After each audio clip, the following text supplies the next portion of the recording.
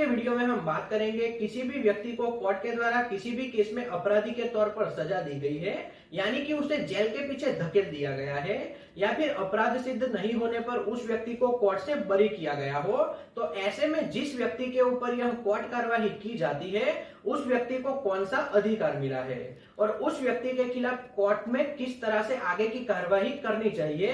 तो आज का वीडियो यहाँ से शुरू करते हैं।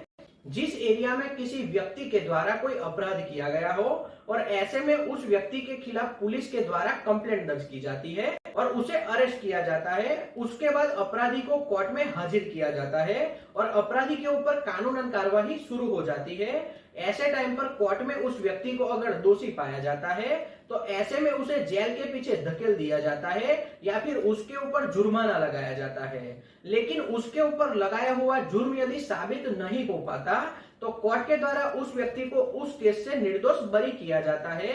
ऐसा होने पर उस व्यक्ति के ऊपर वापस उसी केस में किसी भी तरह से कोर्ट में केस को चलाया नहीं जा सकता। यह उस व्यक्ति को मिला हुआ अधिकार है और सीआरपीसी की धारा 300 के तहत यह इंसाफी कार्रवाई के विषय में बताया गया है। इसके अलावा किसी भी व्यक्ति को कोर्ट के द्वारा केस में बरी किया जाता है, लेकिन उसके अलावा उस व्यक्ति के ऊपर पहले किसी जुर्म में गुना रजिस्टर किया गया था, तो ऐसे में राज्य सरकार की सम्मति होने पर ही उस व्यक्ति के खिलाफ वह गुना रजिस्टर किया गया था उसके ऊपर कार्रवाई की जा सकती है, लेकिन इसमें राज्य सरकार की अनुमति होना अनिवार्य है। इसके आगे तीसरी बात जानते हैं। किसी अपराधी के ऊपर अपराध करते हुए गुनाह रजिस्टर किया जाता है, ऐसे में उससे पहले भी उस व्यक्ति के ऊपर दूसरा गुनाह रजिस्टर किया गया था, लेकिन उस केस में कोर्ट की कार्रवाई अभी चल रही है। ऐसे में दूसरे केस में कोर्ट में जो उसे अपराधी पाया जाता है और उसे सजा दी जाती है, लेकिन उसके ऊपर दूसरा गुना रजिस्टर किया गया था, उसकी कार्रवाई उसको दूसरे केस में भी सजा देने के बाद की जा सकती है। ऐसे में उस अपराधी को दूसरे केस में भी दोषी पाया जाता है, उसके बाद दोनों केस में एक साथ उसे जेल में भेजा नहीं जा सकता। इसके लिए कोर्ट के द्वारा अलग से कार्रवाई की जाती है और उस व्यक्ति को उदाहरण के तौर पर समझिए। पहले जिस केस में उसे अपराधी पाया गया था और अपराधी को 5 साल की जेल की सजा दी गई थी, इसी तरह से दूसरे केस में अपराधी पाया जाता है तो उसे 3 साल की जेल की सजा दी जाती है। ऐसे में मैजिस्ट्रेट साहब के द्वारा उस अपराधी को 5 साल और 3 साल इस तरह से 8 साल के लिए जेल में भेजा जाता है और जजमेंट दिया जाता है। यह मैजिस्ट्रेट साहब को मिला हुआ विशेष अधिकार है।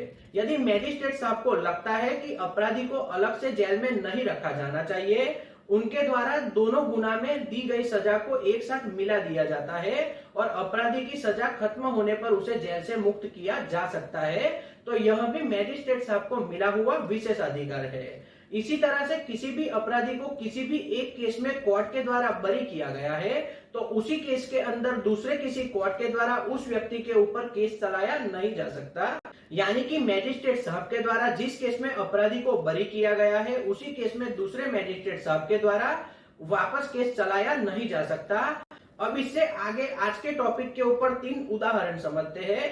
पहला उदाहरण, किसी मालिक के द्वारा उसके नौकर के ऊपर चोरी का आरोप लगाया जाता है, लेकिन कोर्ट में मालिक नौकर के ऊपर लगाए आरोप सिद्ध नहीं कर पाता और कोर्ट के द्वारा नौकर को केस से बरी किया जाता है। उसके बाद मालिक के द्वारा उसी केस में नौकर के ऊपर दूसरा आरोप नहीं लगाया जा सकता।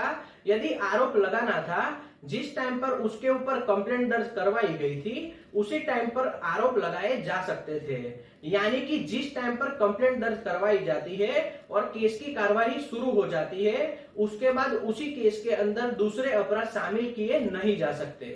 अब दूसरा उदाहरण समझते हैं। किसी व्यक्ति के द्वारा किसी को पूरी जिंदगी दिक्कतें उठानी पड़े, इस तरह से उठ को पीटा जाता है, तो ऐसे में थोड़े टाइम के बाद उस व्यक्ति की मृत्यु हो जाती है। ऐसे में अपराधी के ऊपर मुकदमा चलाया जाता है और उसे सजा दी जाती है, लेकिन अपराधी के द्वारा जब गुनाह रजिस्टर किया गया उस टाइम पर उस व्यक्ति को नुकसान पहुंचाने की ही धाराएं लगाई गई थी, लेकिन जिसको पीटा गया था उसकी उस वजह से थोड़े टाइम के बाद मृत्यु हो जाती है, तो ऐसे में पीछे से उसकी मृत्यु की धाराएं जोड़ी जा सकती है।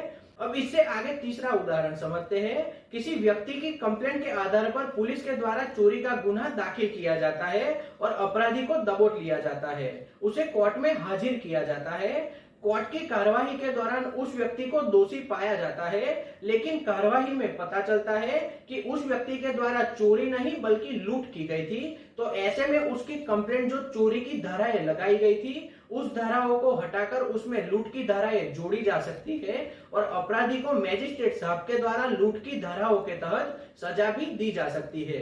तो इसी तरह से कोर्ट की कार्यवाही की जाती है।